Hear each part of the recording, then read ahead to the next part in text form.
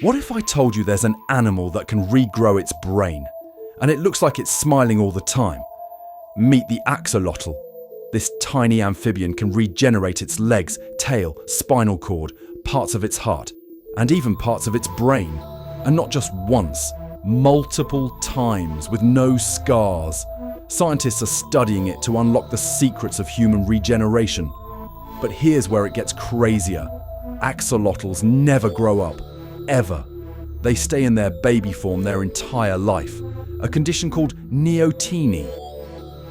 That's why they keep their fluffy external gills and live underwater forever.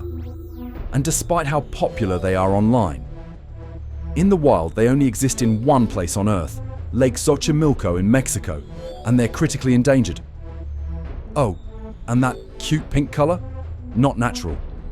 Wild axolotls are actually dark brown or black. Basically, they're real-life Pokemon. If you love weird but real animals, hit subscribe, because nature is way crazier than fiction.